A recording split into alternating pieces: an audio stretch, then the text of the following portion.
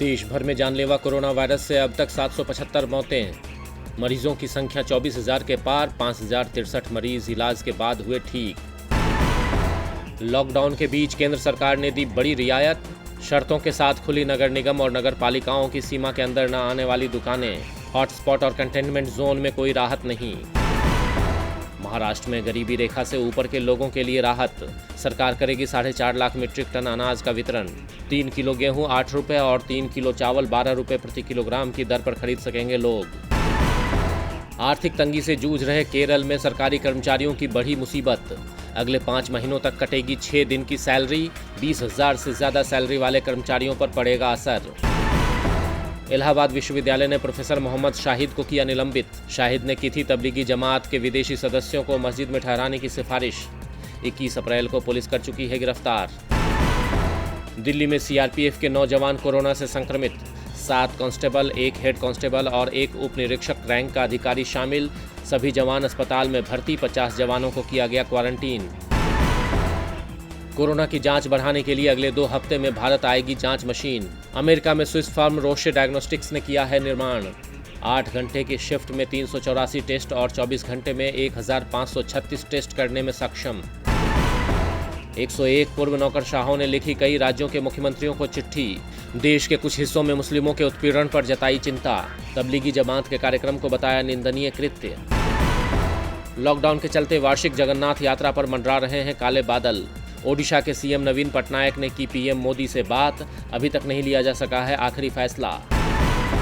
Lockdown के बीच शुरू हुआ रमजान का पाक महीना, पहला रोजा आज, रात को विशेष नमाज अता करेंगे लोग, पीएम मोदी ने ट्वीट कर दी बधाई।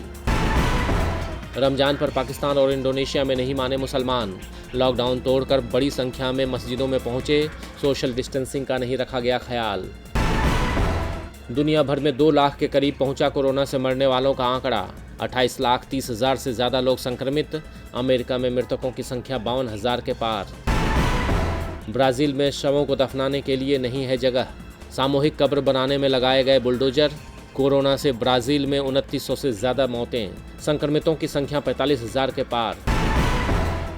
कोरोना से जंग में अमेरिका ने की वापसी, 3 हफ्ते में पहली बार आई राहत की खबर।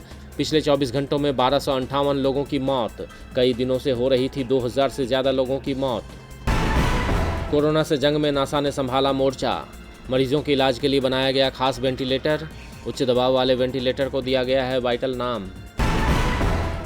एयर इंडिया के कर्मचारियों की सरकार से अपील, वेतन भत्ते में की जा रही 10% की कटौती पर रोक लगाने की मांग, कहा वेतन में कटौती से टूट रहा है मनोबल।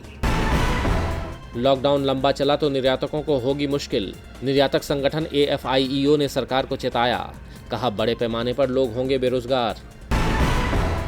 300 से कम कर्मचारियों वाली कंपनियों को सरकार की मंजूरी के बिना कर्मचारियों की छंटनी की हो अनुमति, श्रम पर संसद की स्थायी समिति का सुझाव।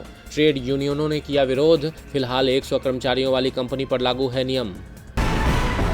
विदेशी कर्ज चुकाने के लिए 2020-21 में 2,60,000 से 3,40,000 करोड़ रुपए खर्च करेंगे विकासशील देश। संयुक्त राष्ट्र की एजेंसी अंकटाड की रिपोर्ट में सामने आई बात, महामारी के बीच इन देशों को खुद संसाधनों की ज़रूरत। और कोरोना लॉकडाउन के बीच गरीबों की मदद के लिए SR और KFC ने बढ़ाया मदद का हाथ। SR फाउंडेशन ने 20 लाख तो KFC ने 10 लाख पैकेट भोजन मुहैया कराने की घोषणा की।